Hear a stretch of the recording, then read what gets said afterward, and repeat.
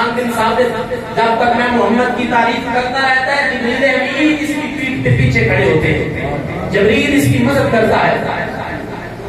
اور بھی صحابہ ہیں جنہوں نے حضور کی تعریف کی، آقا صلی اللہ علیہ وسلم خوش ہوئے، دعائیں دی، کسی کو حضور نے چادر تحفے میں دی۔ وہ جب آقا صلی اللہ علیہ وسلم فاتح کر کے مکہ میں آئے تو وہاں کا بن زہیر رضی اللہ تعالیٰ عنہ پہلے حضور کا غلام نہیں تھا، حضور کے خلاف بولتا تھا، شعر لکھتا تھا، حضور کی تنقید کرتا تھا۔ حضور نے اس وقت حکم دیا کہ غلام فلاں کو قتل کرو، تو کعب بن زہیر کا نام بھی حضور نے یہ بھی جہاں ملے اسے قتل کر دو۔ جب اسے پتا چلا میرے قتل کا پروانہ جاری ہوا ہے، اللہ کے محبوب نے پروانہ جاری کر دیا ہے، اللہ نے ابو بکر صدیق کے پاس گیا، اے ابو بکر تو سارے صحابہ میں سے ٹھنڈے مزاج کا ہے، مجھے بچا دے، میں توبہ کرنا چاہتا ہوں، میں معافی مانگنا چاہتا ہوں، بے ادبی ہو گئی۔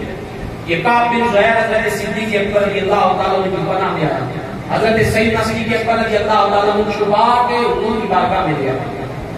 جب حضور بیٹھے تھے نا کسی نے حرم میں چھپا کے لیا، اس نے آگے ہاتھ کیا، حضور نے ہاتھ پکڑا، بیعت کروائی۔ اللہ کے محبوب جانتے تو تھے یہ کعب بن زہیر ہے، مگر اللہ کے محبوب دنیا والوں کو دکھانا چاہتے تھے،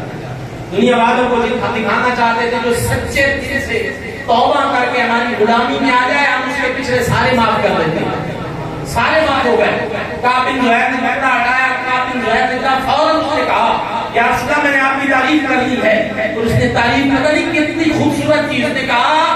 یا رسول اللہ آپ کے چہرے کے نور سے دنیا کا نور ہے، اور آپ کا نور اتنا تیز ہے کہ وہ دشمنوں کی گردنوں پہ اس طرح چلتا ہے جس طرح تیز تلوار چلتی ہے۔ اس وقت حضور نے چادر اڑا کے کعب بن زہیر کو دیا، حضور کی جو شان بیان کرے، حضور کو جو نور کہے، حضور کا جو میلاد پڑھے،